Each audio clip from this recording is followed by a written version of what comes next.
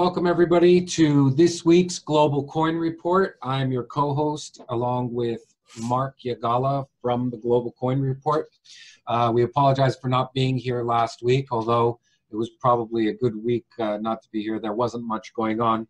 I do want to mention we were scheduled to have Richard Ells from Electroneum on the show. He had to reschedule, and we should be doing it, let's say, within the next 10 days or so. So I'm waiting on Richard to let us know, and we will post that for you, and so you'll know about that soon. Again, just a disclosure before getting started, Mark and I are neither investment advisors nor anything that we say should be construed as investment advice. Please do your own due diligence. And with that, welcome, Mark. Why don't you start us off and tell us what you think of the last couple days, I guess, in particular. Well, yesterday was, quite the day in terms of just a lot of, I think, misperceptions, misunderstandings, and just general confusion as to, what the hell is going on in the crypto markets.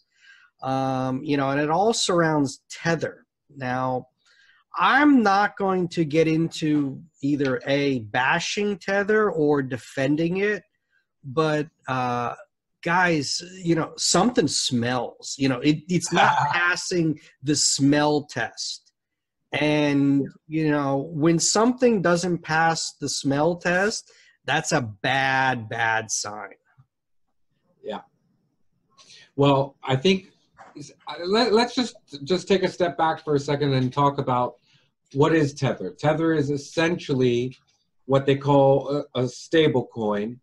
And it is, in a sense, what you would refer to as a dollar ETF in the crypto world. It's basically something that's tied to the dollar and is used for all sorts of different mechanisms. But the main reason it's used for people that have large amounts of Bitcoin or altcoins that don't want to convert their money to fiat, in fear that they're going to, get hit with taxes or having to pay the tax man. So it's basically, if you're worried about, if you think Bitcoin is going to go lower, it was a way for people to, basically get out of Bitcoin into Tether and sort of, hedge themselves.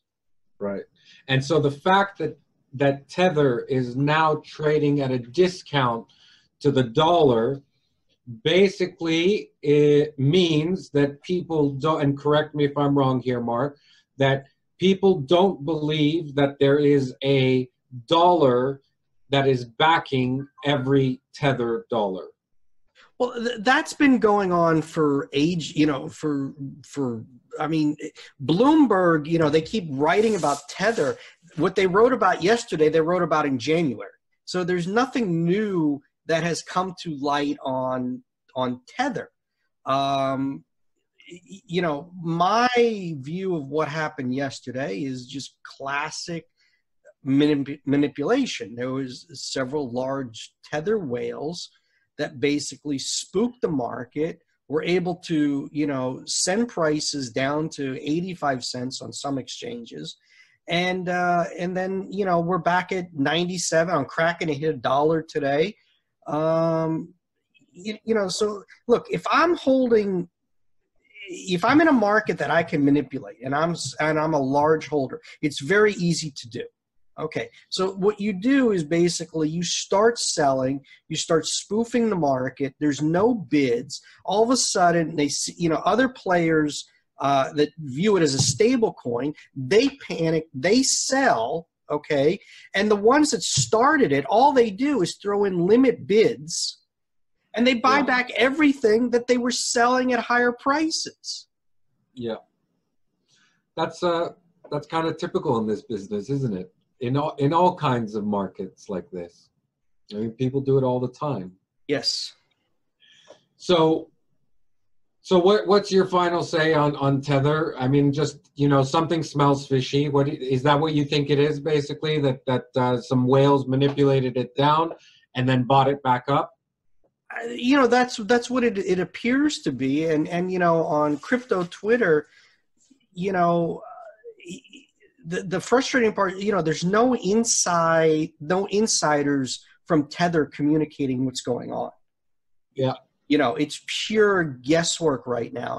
And you know, it's like, okay, you know, business, this would be like a perfect business school study, you know, a few years from now. You know, what happened to Tether? You know, what went on behind the scenes, and you know, that's what we're going to be talking about. But we don't know the facts right now.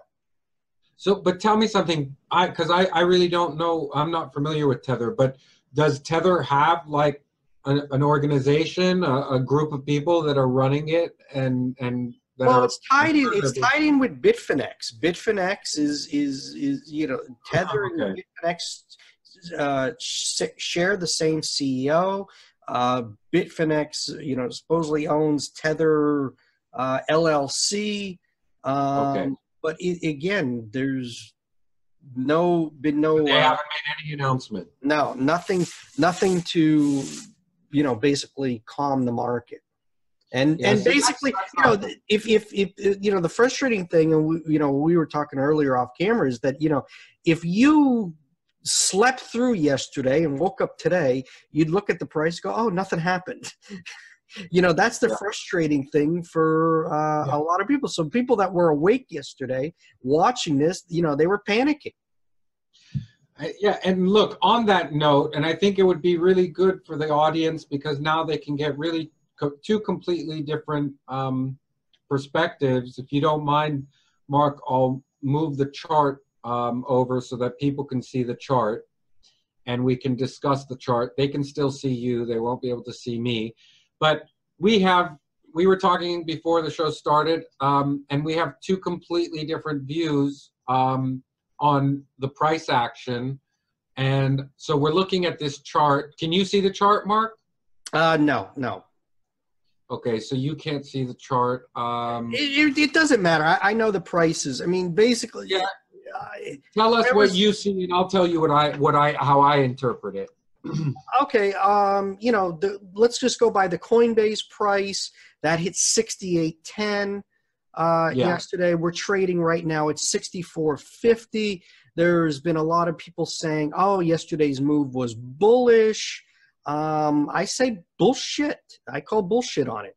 I mean, a bull market, you know, doesn't pull off $400 off the high.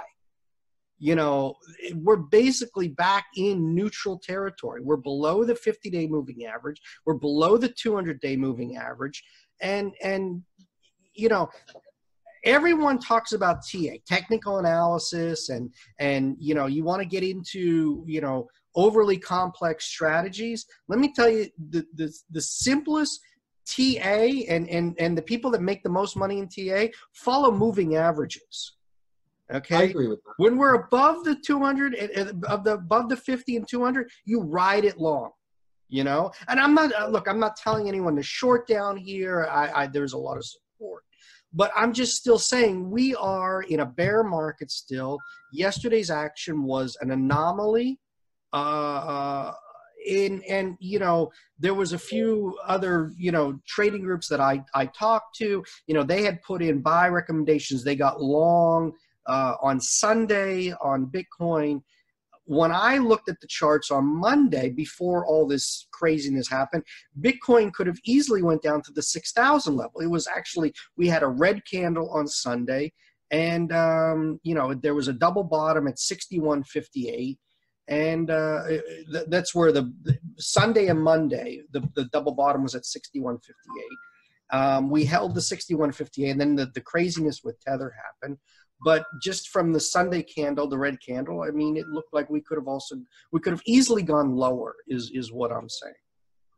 And I definitely see that. And so with that said, I want to say what my perspective is. I think that this was another very bullish move, and that we're now basically we're imminent on a breakout now. And my reasons are as follows. You're right about the TA, by the way. And I know that is the way, an institutional investor will look at it. However, in a market that is still underdeveloped and growing and can be manipulated as much as Bitcoin can be, I think what's happening, the message or psychology behind what's happening, is the people who are buying this up at 6,000, 6,200, whatever it is, and the kind of the knee-jerk reaction it keeps on getting when it gets close to that, is, I think, a clear sign of them basically saying, we'll buy as much as you want at these prices. And that has a form of follow-through, and I say that term follow-through with a grain of salt, because I know you're not going to say that, nobody can say that one day is any kind of follow-through. But what I mean by that is that people do pile on to that. And I think that what we're looking at now is basically within the next 4 weeks, we're looking at a breakout, a full-fledged breakout in Bitcoin. Now, can there be news that comes out that, kind of puts a hamper to that? Yeah, there can be, but I think it's gotten to be pretty darn strong, and I don't think anybody is going to be able to hold it back when it runs. Mm-hmm. That's my opinion. We'll see what happens, though. Let's at this level, I'm completely neutral, and my point is that I feel yesterday's price action didn't matter. It again, we are right back where we started. We're right back in the neutral zone until we break above and get a close above 68.50. There's nothing to get excited about. I tell you, I got excited, Mark. I see these moves, and I got to say, I look at them, and I'm like, somebody's out there saying, we ain't going down. And it's just a matter of time. How long can something not go down before it decides to go up? How much longer are we going to have that? I mean, look, if you go into the Deribit chats or trader chats, they all got fucking wrecked yesterday. I mean, there's very few people that fucking made money. They got, Nobody said you can trade this easily. Nobody said you could trade it easily. That's for sure. That's the problem, and what ended up happening on the Bitfinex, longs and shorts, they both reduced their positions dramatically yesterday. There was 10,000, 11,000 shorts covered, 11,000 BTC covered. The longs dropped by like 5,000 because there was concerns that Bitfinex itself, the exchange, is going under. Yeah. So you had the shorts panicking. They're covering. Then you even had, then when it got above on Bitfinex, it hit like 7,800. Then the longs are like panicking, like, I got to get out. And they start selling. And, again, we're back where we started. Yeah, let's see what happens. I mean, this is definite. I definitely see your point. Let's talk a little bit about, there was something I saw here on CNN and CCN I wanted to bring up. Just a couple of small points. I mean, one thing that I heard was Brazil where is it? I want to find it. Brazil is now allowing investment funds to invest in Bitcoin, which is basically, let's see, let me find it. Sorry, maybe that was on Global Coin Report, actually. Sorry, one second. The big news from yesterday, obviously, is the Fidelity news. And they are the 800-pound gorilla. They have 27 million brokerage accounts. Let's put it in perspective. I don't know, they have 2.5 trillion in assets, 27 million brokerage accounts. Okay. Now people say, well, Coinbase has 20 million accounts. Okay. Yeah. But Coinbase has, accounts with $5 in it. Yeah. Yeah. These are real individuals. These are real accounts with significant money that, are going to be, get exposure to cryptocurrency and primarily Bitcoin. I think Bitcoin is where the money is going to flow. But again, why has there been no movement on the price based on this announcement? And I agree. I think that's definitely a red flag. Well, I don't think. See, or a red flag to the bullish case, let's say. The problem. Look, what it takes is a catalyst for new money to come in, okay, and push the. It's supply and demand. Why is Bitcoin not going higher?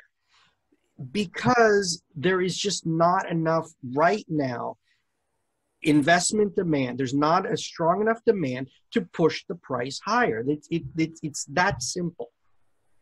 And, these developments are very positive, but that money isn't coming in tomorrow, and it will be next year. Once that money starts coming in, it will be like the floodgates just open.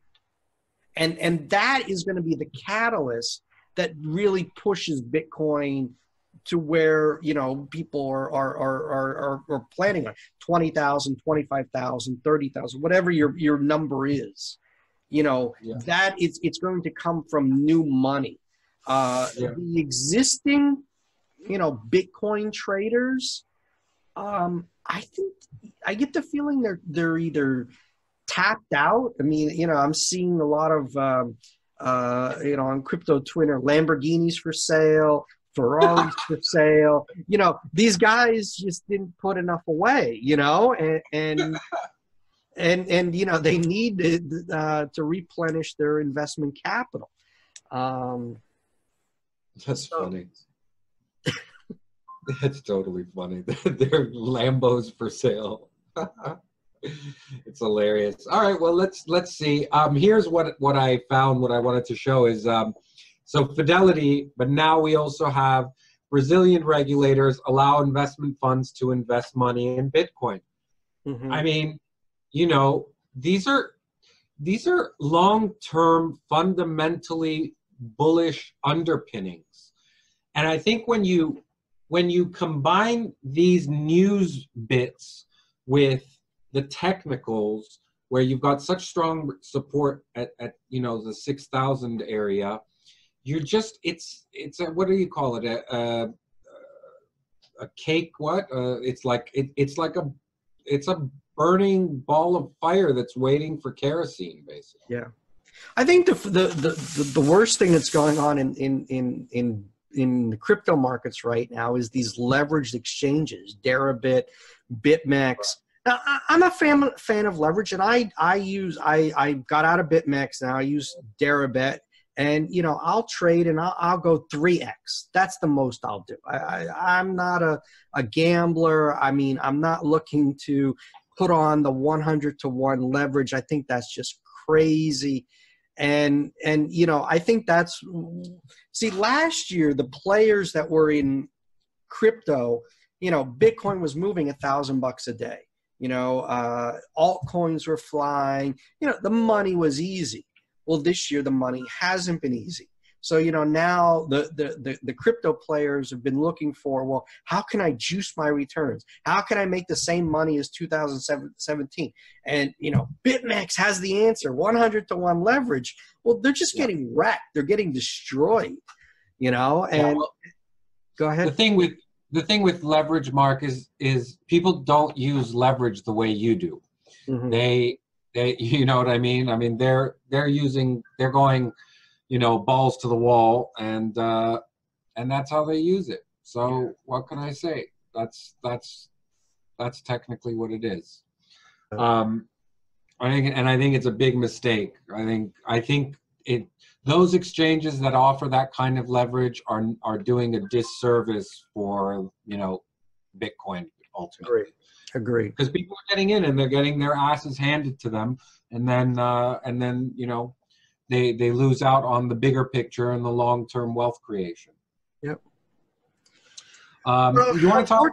Go ahead. No, go ahead. I was just going to say that unfortunately, there's really not much else to talk about. Yeah, I mean, we can talk about one thing, which is Electroneum was really a big winner. Yeah. I mean, over the last few days and I mean, few weeks, I said, and you guys, the subscription service, you guys called it out before any of this major move happened, and we're sitting at like 330% return. I know they're going through the tail end of their implementing their KYC, which is a big move towards mass adoption. I mean, they're really showing themselves to want to be not just a coin for the unbanked, which I know is one of their major things, but they're really going out there to be a liquid coin that can be used to purchase goods and services from all kinds of companies and websites. They've already added, I think, like 1,000 websites that will accept ETN. I think that's a big, big step.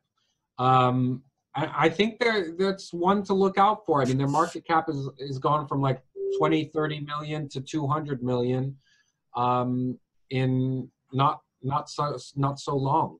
Yeah, I mean, it's unfortunate with Richard. Hopefully, I know there's. Please, viewers, do not post a lot of hate comments. I know you didn't want to see me and Amir on this the next video. Everyone's waiting on Richard, so please go gentle, and we promise that he will be on the next video. I told him, I said, listen, you got to be on the show now because everybody's going to think we did it as a publicity stunt if you don't show up. So. Yeah, we have all these on the last video. There's all these comments. There's a lot of questions for Richard, and in his defense, he needs to get on here and answer them. Yeah, yeah. So we'll get him on. He will be on. All right. So let's wrap it up for today. There isn't really much else, even though there's always something going on. But let's see. So this will be the episode where Amir said that the bull is getting ready to start, and Mark said there's nothing to get excited about. I'm from and the there's no and there's no bet. I'm from the U.S. and there's the great state of Missouri. It's called the Show Me State, and even though I was born in Pennsylvania and everything, I did spend time in the Midwest, and the people in the Midwest are great people, and their philosophy is show me. And I think right now Bitcoin and the crypto markets, they need to show me something to really get me excited. My response to that is be patient, and I will. All right, everyone. Thank you very much. We'll have Richard on the next show. It'll probably be just Amir and Richard, so you guys will enjoy that one. Very good. And you can put your questions in below. We'll make an announcement and post it onto our YouTube channel. Also, please subscribe. It's really good to see our subscriptions moving up, and we hope to provide you all with good content. And be sure to check out the Global Elite service. We've been getting a lot of signups every day, so that's been doing really well. And we really condense what's happening in the markets to a daily newsletter and trade recommendations. So you get a chance, sign up for a Global Coin Elite. So thank you very much. Good. Thank you, Mark. Okay, we're all set. Goodbye, everyone. Right. Thanks, guys. Bye.